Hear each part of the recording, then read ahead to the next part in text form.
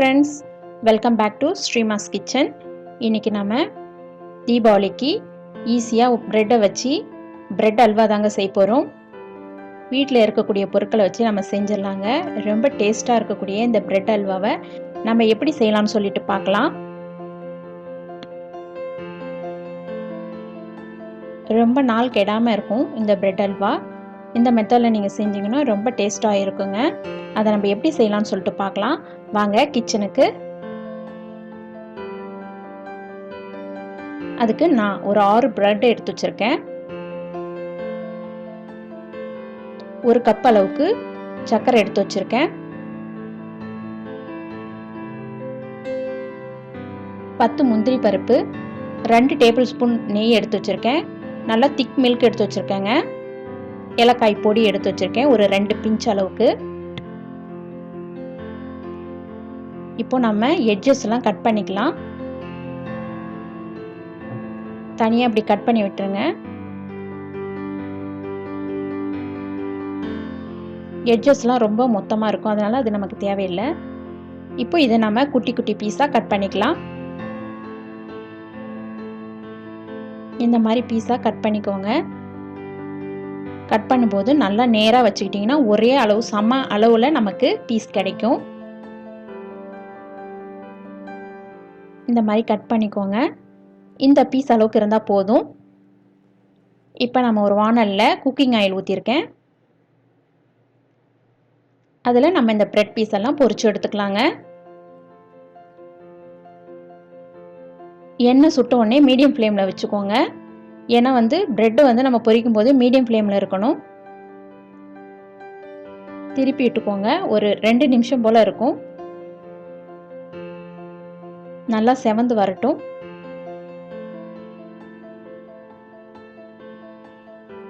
நம்ம பிரெட் டிஷ்ஷெல்லாம் செய்யும்போது எப்பயுமே சிம்மில் வச்சுக்கணுங்க. ஏன்னா அது கொஞ்சம் நல்லா வெந்து வரணும். இப்போ நல்லா செவந்துருச்சு. இந்த கலரில் இருந்தால் போதுங்க. எல்லா பிரெட்டு தூளும் இந்த மாதிரி நம்ம பொரிச்சு எடுத்துக்கலாம். இப்போ நம்ம எடுத்துக்கலாங்க.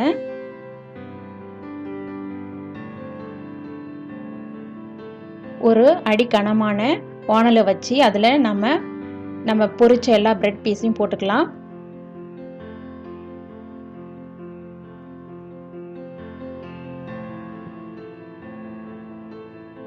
கூடவே மில்கை கொஞ்சம் கொஞ்சமாக நம்ம சேர்த்துக்கலாங்க. நல்லா திக் மில்காக இருக்கணும். காசி எடுத்துக்கோங்க. தண்ணி ஊற்றாமல் காசிக்கோங்க. இப்போ இந்த மில்க்லே நல்லா வெந்து வருங்க. அந்த பிரெட் பீஸ் எல்லாம் நல்லா கரைஞ்சி வரும். இப்போ மீடியம் ஃப்ளேமுக்கு கொஞ்சம் அதிகமாக வச்சுக்கோங்க. இப்போ நெய் சேர்த்துக்கலாங்க. 1 டீஸ்பூன் அளவுக்கு நெய் சேர்த்துக்கலாம். இப்போ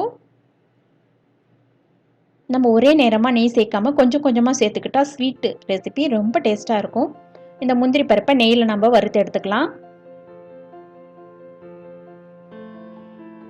கொஞ்சம் கொஞ்சமாக நம்ம அந்த பொரிச்ச பிரெட் பீஸ் எல்லாமே அந்த பாலில் நல்லா வெந்து வரட்டும்.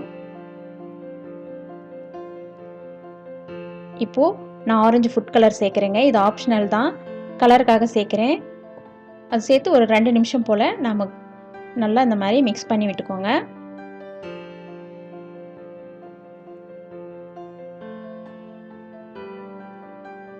நல்லா மிக்ஸ் ஆகி வருது பாருங்கள். இப்போ நம்ம சுகர் சேர்த்துக்கலாம். இந்த மாதிரி ட்ரையாக இருக்கும்போது நம்ம சுகர் சேர்த்துட்டா கொஞ்சம் இலகி வரும். நமக்கு அந்த சரியான கன்சிஸ்டன்சி அப்போ தான் நமக்கு கிடைக்கும்.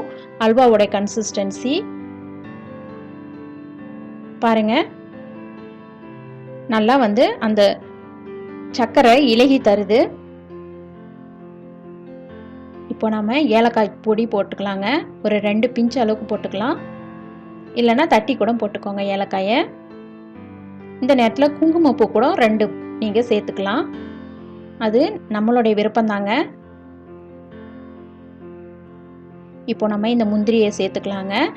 இதுக்கு முந்திரி மட்டும் நம்ம சேர்த்துக்கிட்டா போதும், வேறு நட்ஸ் வேண்டாம். இது சேர்த்துக்கிட்டா தாங்க இந்த ரெசிபி ரொம்ப டேஸ்ட்டாக இருக்கும். நீங்களும் தீபாவளிக்கு இந்த மாதிரி ஸ்வீட்டை செஞ்சு பாருங்கள், ரொம்ப டேஸ்ட்டாக இருக்கும். பாருங்கள், கரெக்டான கன்சிஸ்டன்சியில் வந்துருச்சு. நாம் இப்போ சர்வ் பண்ணிடலாம். பாருங்கள், எவ்வளோ பார்க்கவே எம்மியாக ரொம்ப டேஸ்ட்டாக இருந்ததுங்க. இந்த பிரெட் அல்வா ஈஸியாக இருக்கும். நீங்களும் இந்த தீபாவளிக்கு இந்த பிரெட் அல்வா செஞ்சு பாருங்கள், ரொம்ப டேஸ்ட்டாக இருக்கும். ஈஸியாக செஞ்சிடலாங்க. நம்ம சூடாக சர்வ் பண்ணினீங்கன்னா இன்னும் ரொம்ப எம்மியாக இருக்கும். நம்மளுடைய பிரெட் அல்வா ரெடி ஆயிடுச்சு. நீங்களும் செஞ்சு பாருங்கள். Happy Deepavali friends. Thank you for watching. Wish you happy cooking.